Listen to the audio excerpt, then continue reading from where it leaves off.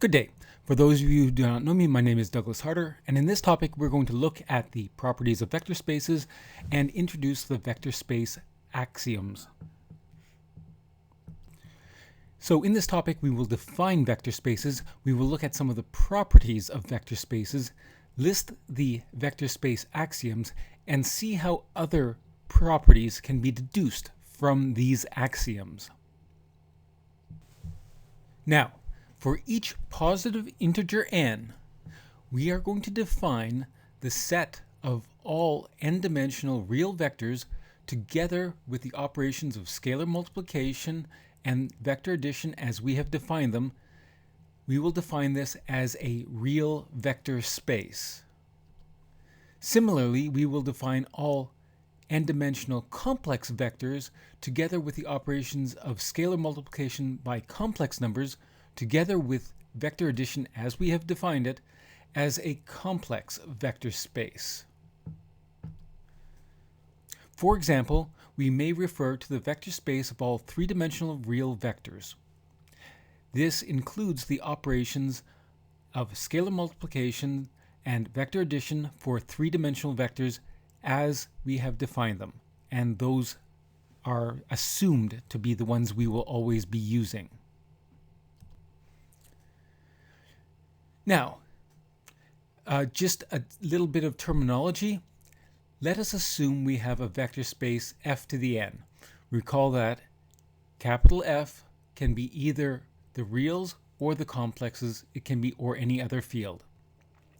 So, therefore, given m vectors in this vector space and m scalars all in the same field, we will define the first scalar times the first vector plus the second scalar times the second vector, and so on and so forth up until the last scalar times the last vector as a linear combination of these m vectors and corresponding scalars. So, for example, here we have 5 four-dimensional vectors, and we are adding 2.3 times the first vector minus 4.7 times the second vector plus 5.9 times the third vector minus 8.6 times the fourth vector plus 0.1 times the fifth vector. And if we calculate all of this together, we get the vector on the right-hand side. And remember that subtracting 4.7 times a vector is just adding the value or the scalar negative 4.7 times that vector. Now, there are lots of useful properties of vectors within vector spaces. So, one nice thing about vector spaces is given n vectors and m scalars, then we can calculate the linear combination of these m vectors and scalars in any order we want. We don't have to start from left to right. We can add them in any order. In any of these vector spaces, there is a unique zero vector, and the scalar 0 times any vector v is equal to this zero vector. And that's true for all vectors v. Also, the zero vector times any scalar in the field is still equal to the zero vector no matter what. And if u plus v is equal to u, then v must be the zero vector. And you know this from the reals. If 3 plus x is equal to 3, then x must be equal to 0. Also, if we multiply the vector u by the scalar 1, this returns u. And if alpha times u is equal to u, then alpha must equal 1, or u must be the zero vector, or both. Now, every u in the vector spaces that we've described so far has a unique additive inverse. So, for example, the additive inverse of the two-dimensional vector 1, 1 is the vector -1, -1. that additive inverse, if added to u, gives you the 0 vector. Now, we can always find the additive inverse of u by just multiplying u by -1. Also, the additive inverse of the additive inverse of u is u itself. Also, the additive inverse of the 0 vector is the 0 vector. And in fact, this is the only vector for which this is true. And once again, if we have m vectors and nm scalars, then the linear combination, the additive inverse of the linear combination, is equal to the linear combination of the additive inverses of those vectors. Also, finally, if u plus v is equal to the 0 vector, then v must be the additive inverse of u. Also, alpha times u is equal to the 0 vector if and only if alpha is equal to 0, the vector u is the 0 vector, or both. What that essentially says is if alpha is not equal to 0 and u is not the 0 vector, then alpha times u cannot be the 0 vector. Finally, scalar multiplication distributes across vector addition. So 3 times the sum of two vectors is equal to 3 times the first vector plus 3 times the second vector. Also, we can define a difference between vectors. We can say u minus v is by definition u plus the additive inverse of v. And under this definition, note that u plus v equals w if and only if w minus u is equal to v and w minus v is equal to u. Similarly, alpha distributes over the difference. So 3 times a vector u minus v is equal to 3 times u minus 3 times v. You should expect that to be true as well. Also, the additive inverse of u minus v is v minus u. Could we prove that? Well, you know it's true for the reals. 7 minus 4 is 3. -3 is equal to 4 minus 7. So it works for the reals, and you would expect it to work for vectors as well. Finally, alpha minus beta all times u is equal to alpha times u minus beta times u. All right. Now, recall that we saw previously the real numbers, and there were a lot of nice properties about the real numbers, most of which you already understood from secondary school. You were familiar with those ideas, such as, the multiplicative inverse is unique. All of this you were aware of. So we asked, what is a minimal set of properties that are required to hold so that all of the nice properties of the reals still hold?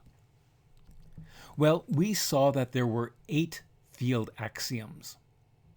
And if any number system that had things to be added and multiplied together with those 2 operations of addition and multiplication that satisfied those 8 axioms, then we were guaranteed that that number system also had all the other nice properties of the real numbers. We found that the complex numbers also satisfied these axioms. Now we have to ask, what is a minimal set of properties that are required so that all the nice properties of real and complex finite dimensional vectors, that is, n-dimensional vectors where n is any positive integer, such that all those nice properties still hold? Well, the answer is there is a set of 10 vector space axioms that we will see now. What's nice about this is we will find that there are many other, quote, vector spaces, unquote, that look nothing at all like the finite dimensional vector spaces that we have so far seen, such as three-dimensional real vectors or four-dimensional complex vectors. So we're going to start with the axioms for scalar multiplication. If u is a vector, then alpha times u is also a vector. What this says is that the vector space is closed under scalar multiplication. So if you give me any vector, I should be able to multiply it by each and every scalar, and the result must still be a vector. 1 times a vector is equal to that vector for all vectors. All right, we hope that's true. Now, this is sort of interesting. Let's say you calculated 4 times a vector as scalar multiplication, and then you multiplied that by 3. Well, that would be the same as calculating 3 times 4, which is 12, and then multiplying the vector u by 12. You'd probably expect that to still be true. There are also axioms for vector addition. So first of all, we start with closure. If you give me any 2 vectors, then the sum of those 2 vectors must still be within the scope of vectors we are considering. Vector addition must be commutative. U plus v equals v plus u for all vectors u. Similarly, vector space addition must be associative. So it doesn't matter whether or not I add v plus w first and add to that u, or add u and v first and add to that result the vector w. There are also axioms for the relationship between scalar multiplication and vector addition. First of all, scalar multiplication distributes over vector addition. 3 times the sum of u plus v must be equal to 3 times the vector u plus 3 times the vector v. Similarly, scalar multiplication must distribute over field addition. So, for example, 5 plus 7 times a vector u, which is 12 times u, that must be equal to 5 times u plus 7 times u. All right, we probably expect that to be true as well. Now we have axioms for the zero vector and additive inverses. There is a zero vector such that u plus 0 is equal to u for all vectors u. And for every vector u, there is a vector called the additive inverse of u such that u plus its additive inverse is equal to the zero vector. So therefore, any collection of objects associated with a field capital F, where addition of these objects is defined, scalar multiplication of these objects with scalars in the field capital F is defined, and where all 10 axioms hold, we may call this collection of vector space as well. For any such vector space, all the other nice properties of vectors also hold, which is very nice, because that means we only have to prove everything else once. Now, in the next 10 slides, we are going to look into these axioms, and following that, we will see how we can use these axioms to deduce other properties of vector spaces. First, closure under scalar multiplication. This is reasonably straightforward. We must be able to multiply any vector in the vector space by any scalar in F, and the result must still be a vector.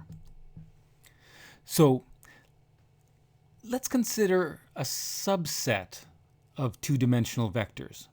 Let's only consider those vectors where both entries are 0 or positive.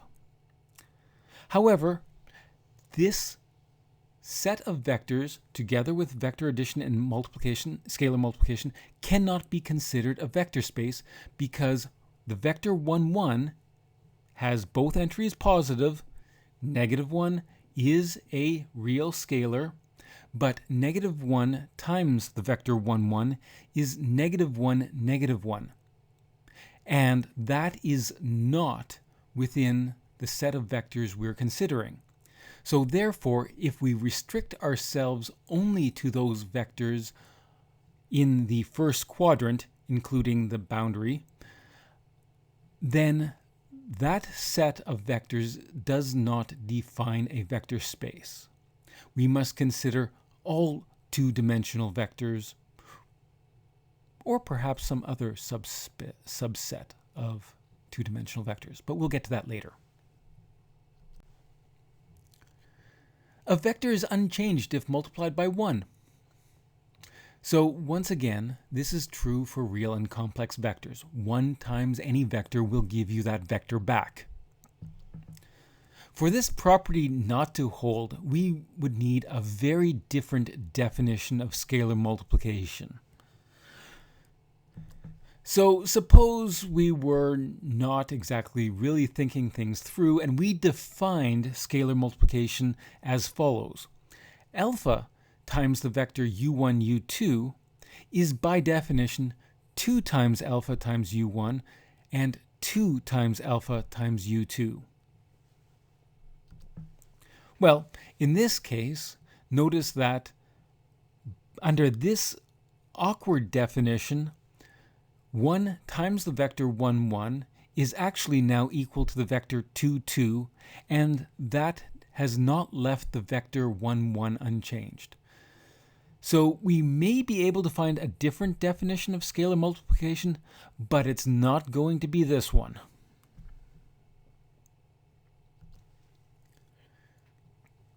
Field multiplication associates with scalar multiplication. So basically, this statement must be true for all scalars alpha and beta and for all vectors u in the vector space. Basically, this third axiom says that if we wanted to calculate 3 times 4 times this vector 5.2, -1.6, there's two ways that we could do this.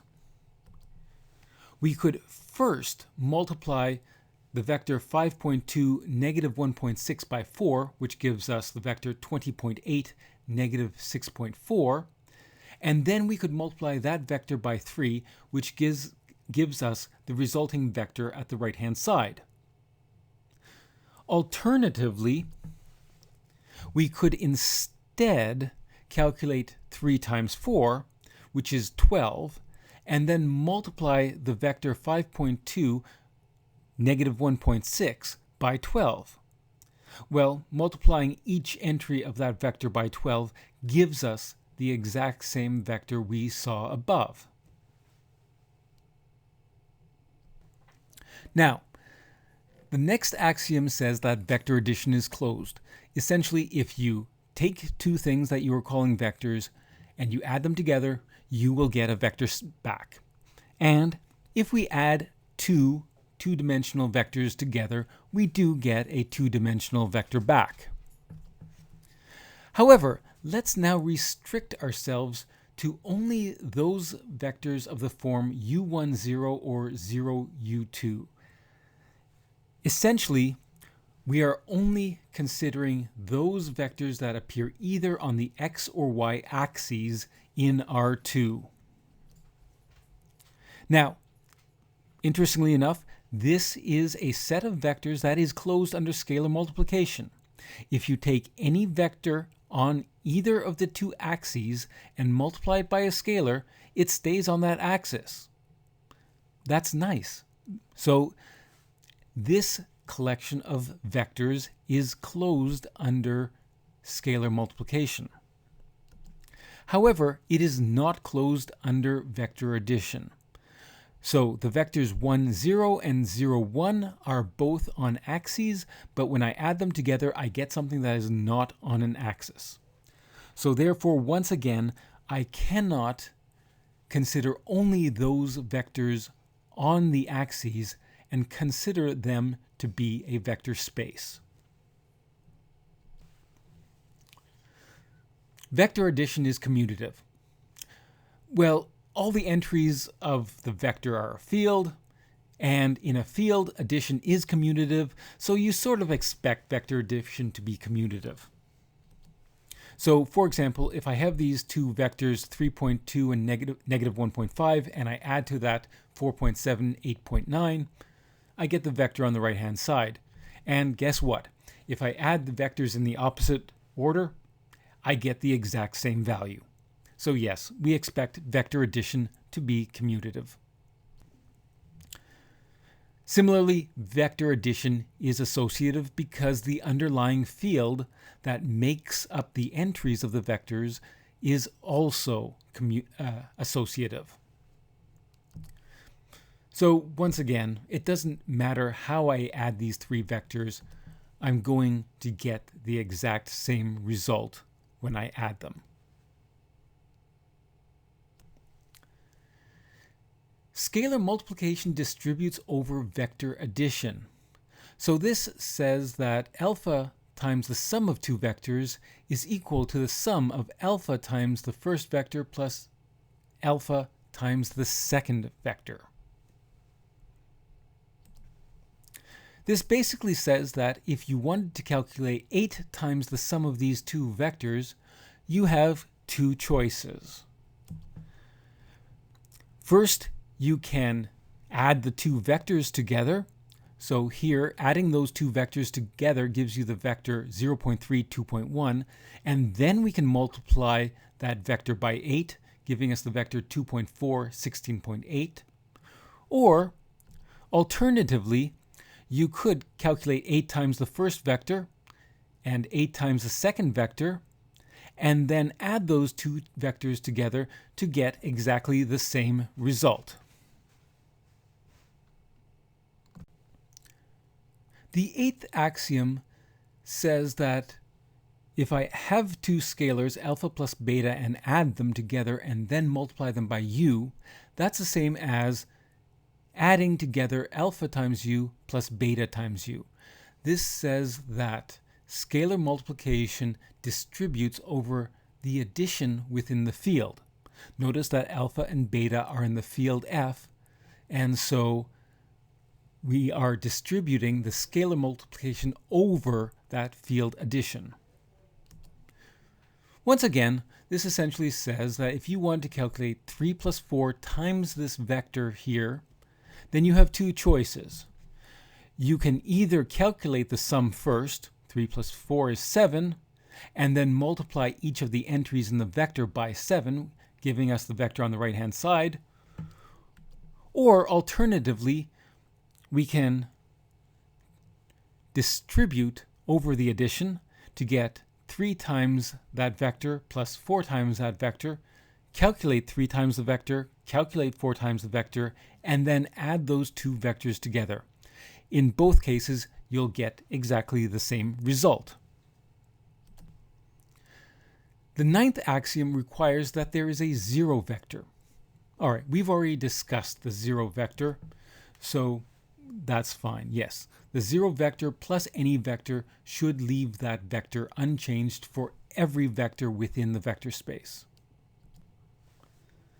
The 10th axiom says that for every vector u, there must be a vector that is denoted negative u being the additive inverse of u, such that u plus its additive inverse is equal to the 0 vector.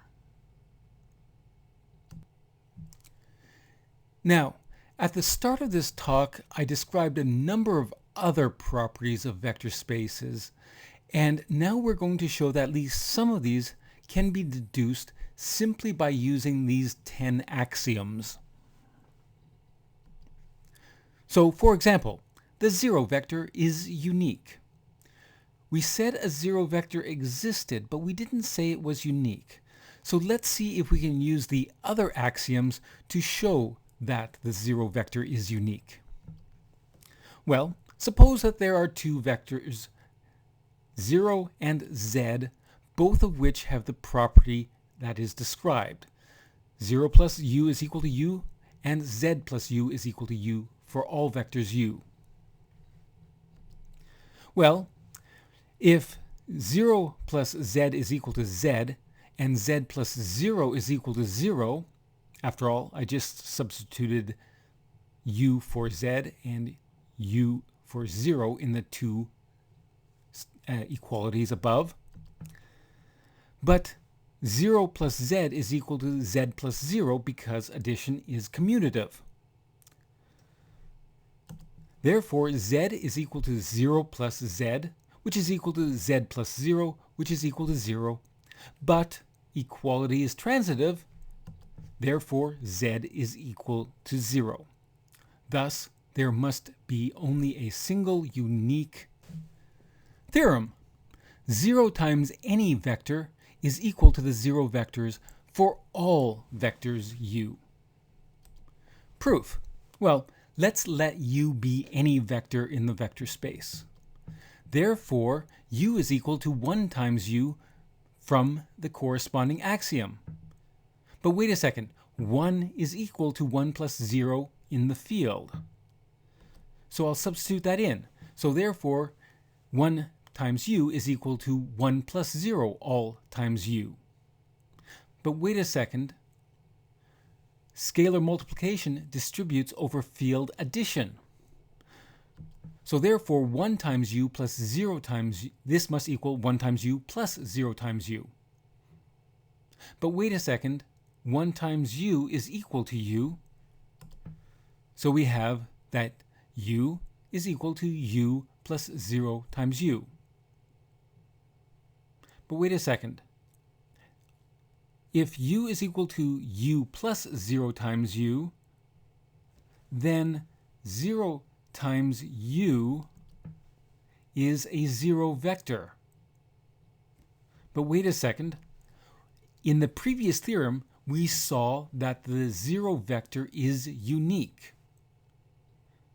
So if 0 times u has the property of the 0 vector, and because the 0 vector is unique, therefore 0 times u must equal the 0 vector.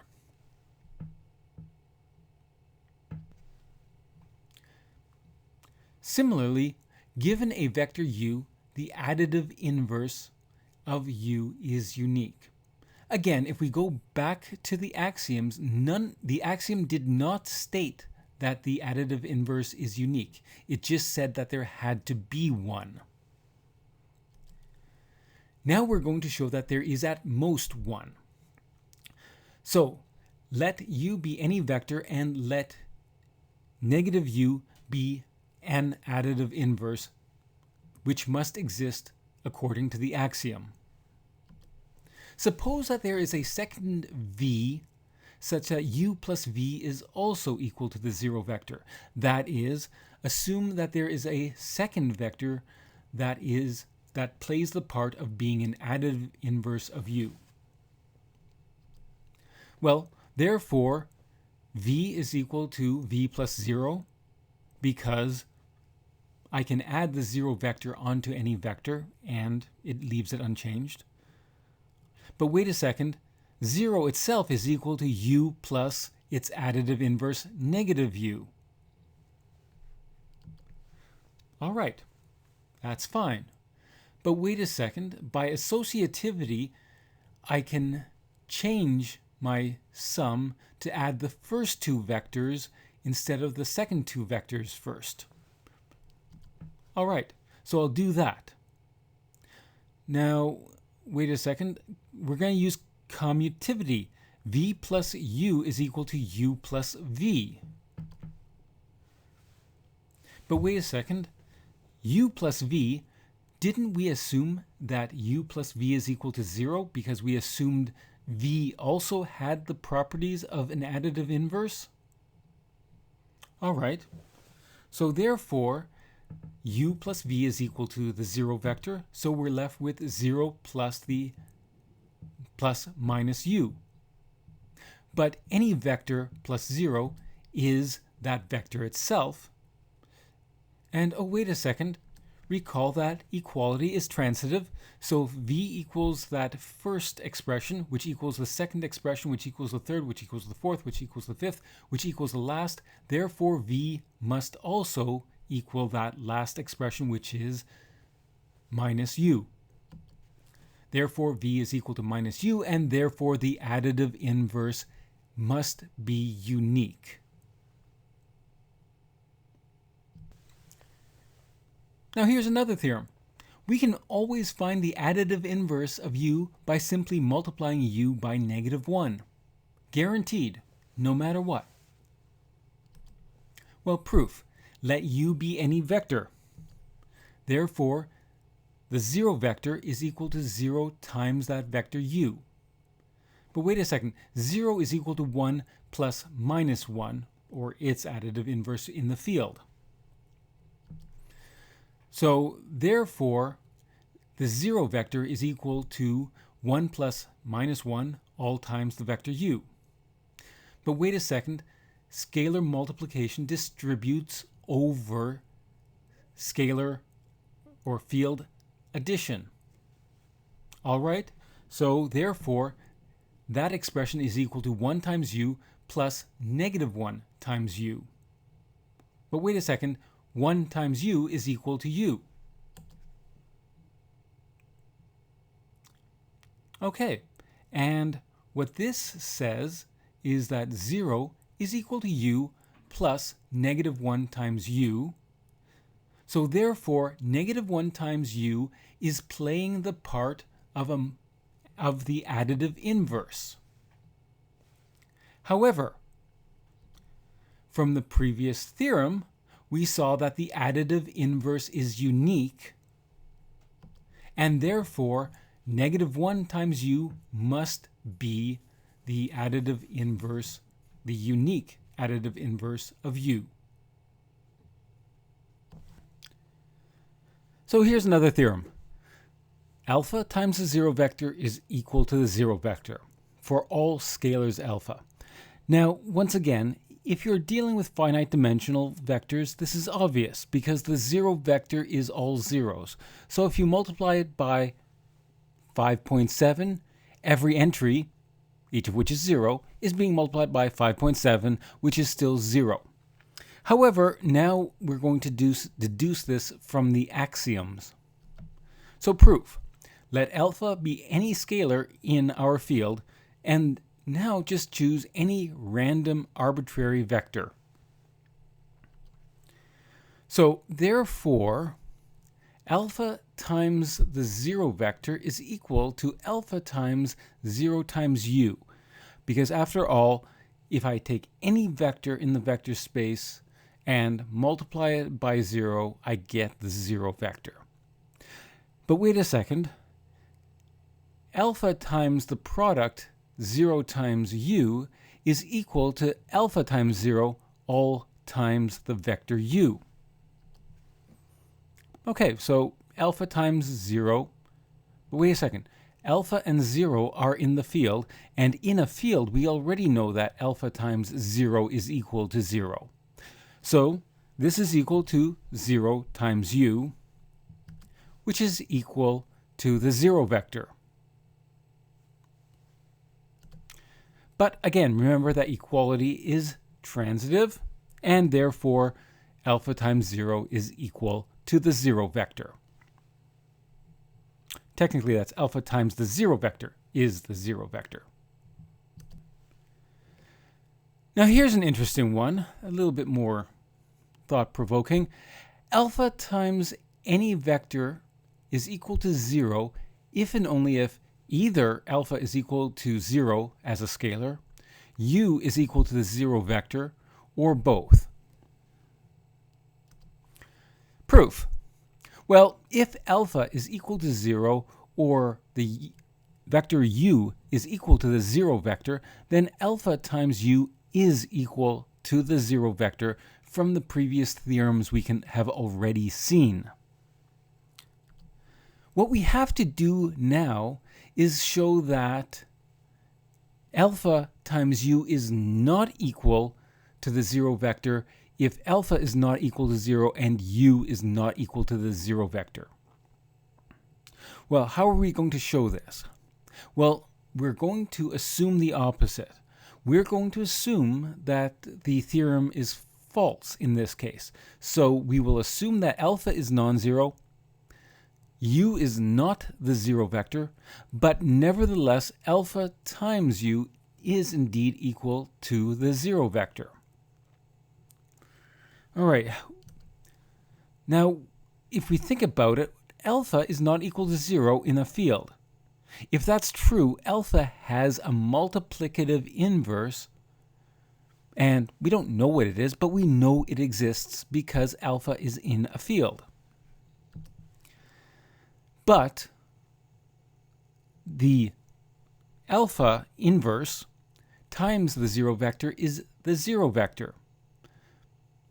However, alpha inverse times alpha times u is equal to alpha inverse times alpha times u from one of the theorems, and alpha inverse times alpha is equal to 1, which is equal to u.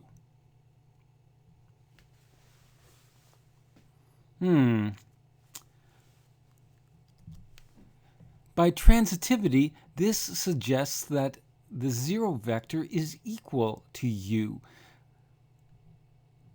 But that makes no sense because in our assumption, we assumed that u was not the 0 vector. Thus, we have a contradiction. Therefore, our assumption must be wrong. But what was our assumption? Our assumption was that if alpha is non-zero and u is not equal to the 0 vector, but nevertheless alpha times u is equal to the 0 vector. But we've just drawn a contradiction, therefore it cannot be true that if alpha is non-zero and u is not the 0 vector, that alpha times u is nevertheless equal to the 0 vector.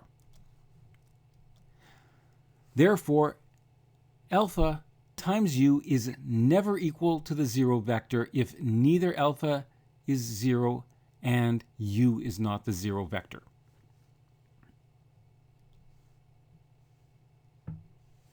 All right, following this topic, you understand that vector spaces have a number of properties, at least the vector spaces that we have seen. However, while I haven't proven this, I have claimed that all the significant properties of vector spaces can be deduced from the 10 axioms that we saw here. You now understand that all additional properties can be derived from these axioms through theorems and proofs, and we've gone over a number of such proofs. What we're going to do next is find various spaces where we have a vector addition and scalar multiplication defined, and they're still going to be vector spaces, but they're going to look very different from the vector spaces we have seen up until now. That is, the real and complex finite dimensional vector spaces. Here's the references, acknowledgements, the colophon, and a disclaimer. Cheers!